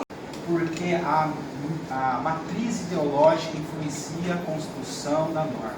Se o cara não quer porque ele não acredita, a gente tem que criar uma estratégia para enfrentar isso ou aceitar isso. Né? Não estou falando para aceitar, a gente tem que pelo menos compreender. Então pode ser que a gente consiga, mas lembrando que uma norma é forjada, construída, tem que colocar na estratégia, sendo pragmático. Tá. Para ter valorização e atualizar. A colega aqui, a colega depois aqui, tá?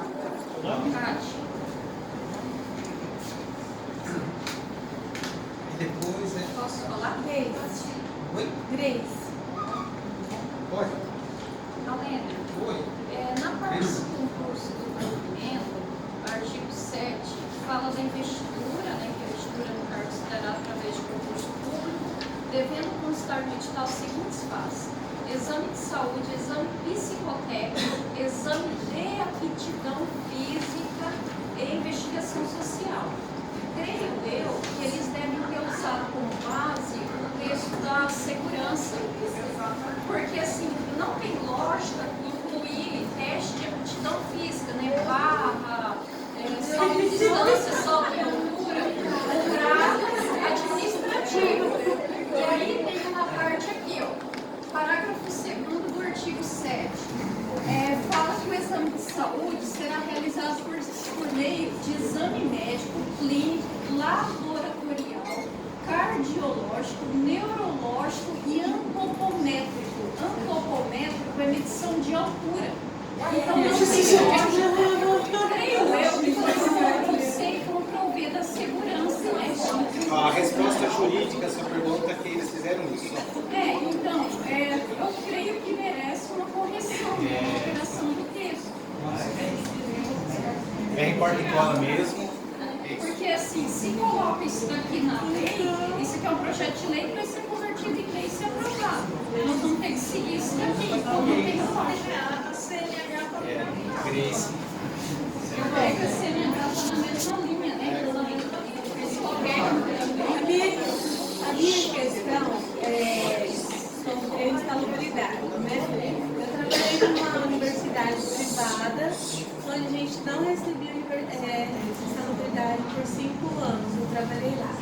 Aí um dia alguém denunciou as condições que a gente trabalhava, foi à justiça, a universidade teve que pagar toda a insalubridade, alegando que nós estamos perdendo tempo de vida nesse tipo de trabalho.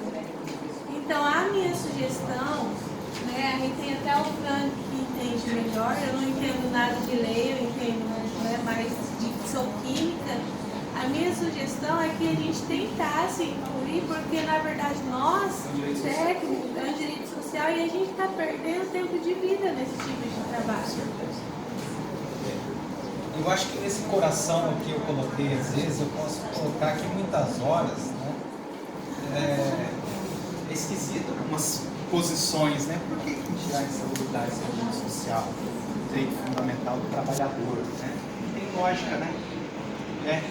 É luta, gente, campo de luta. Tinha alguém que tinha levantado a mão, tem que colocar a pessoa. Cláudia.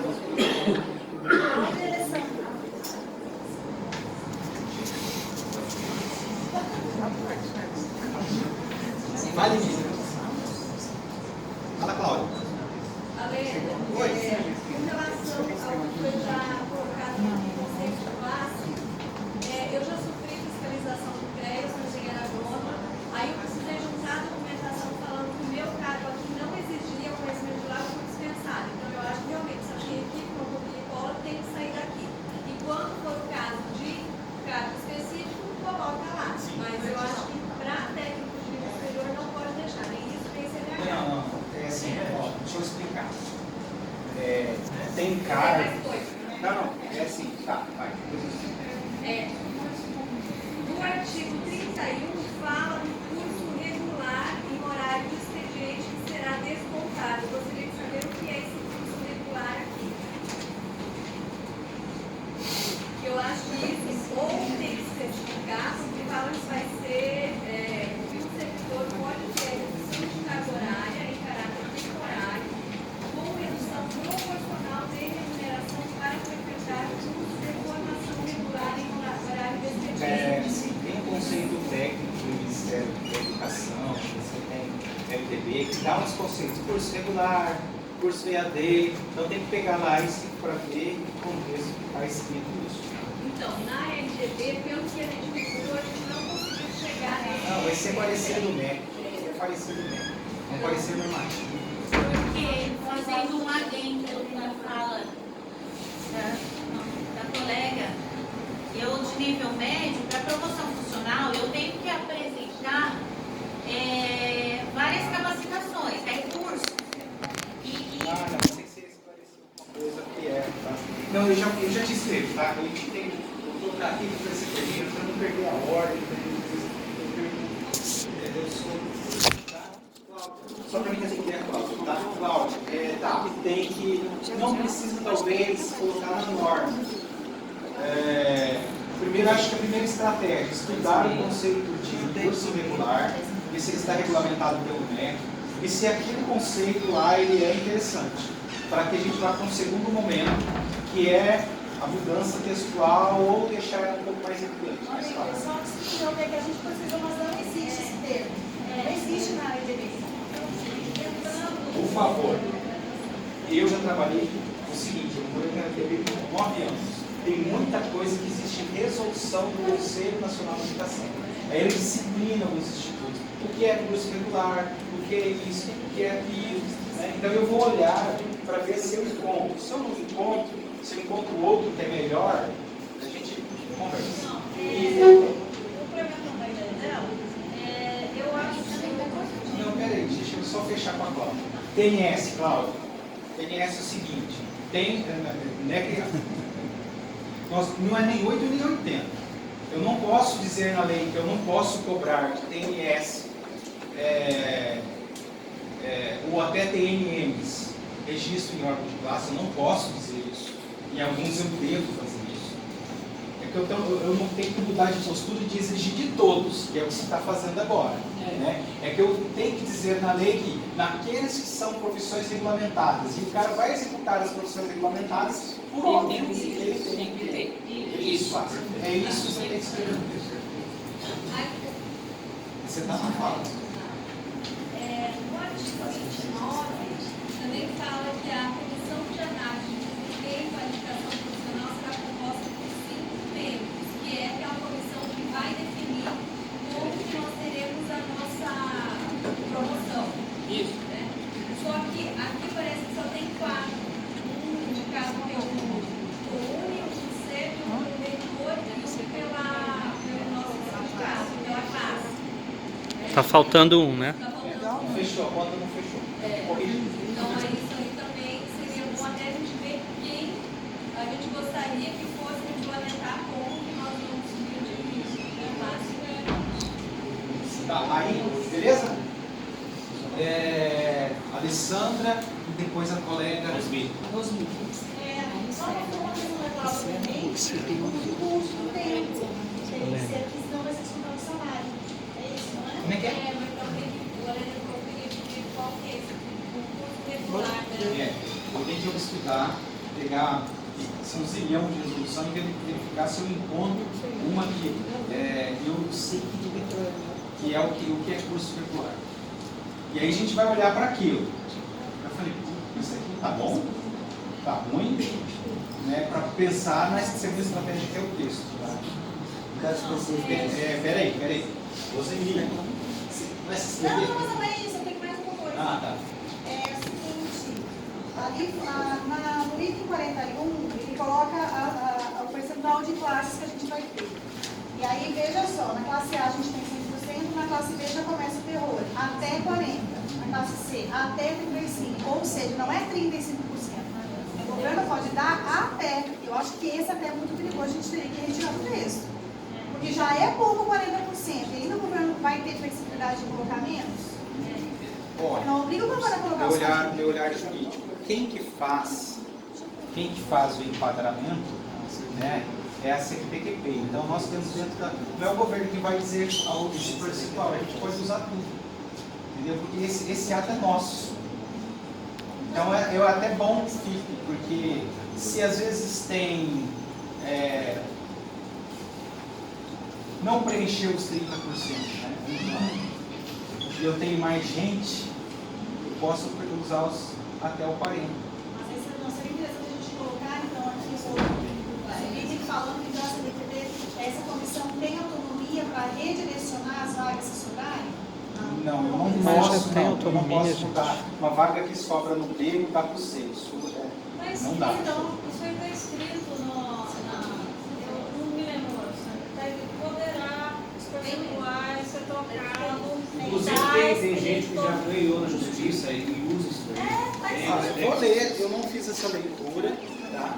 Vou ler para poder, com mais qualidade, passar mais informações para vocês. Eu não fiz essa leitura, até porque eu tenho, até fechando, eu tenho esse problema de ter a visão jurídica, e que a gente está olhando lá na frente, o ato administrativo, como é que o processo tramita, como é que eu estou olhando para isso, estou contaminado com isso, mas eu vou estudar esse cara. Mais uma coisa, quando a gente aceita o subsídio, a gente lá tem inclusive misericórdia, essa legislação de subsídio, correto? Que a gente já não tem, eu sei que a gente já não tem.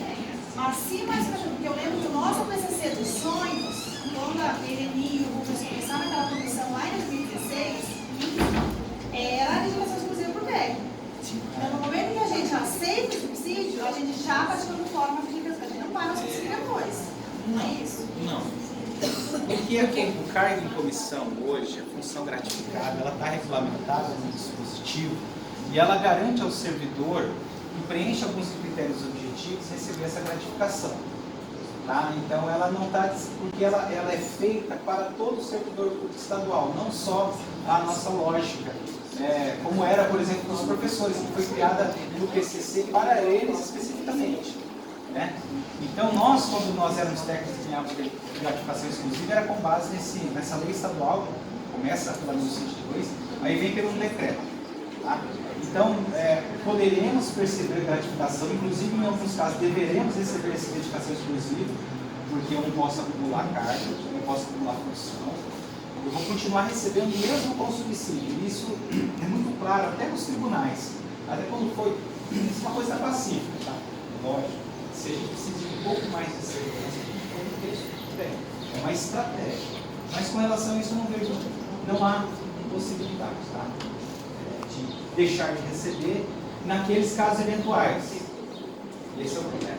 Não, aí que vai, mas acho que o plano não era ser eventual, era que os técnicos sim, pudessem, né? Daí isso seja a gente vai ser mais aquele campo da política que mais os limites, porque é morte que é uma coisa, mas agora precisa atuar.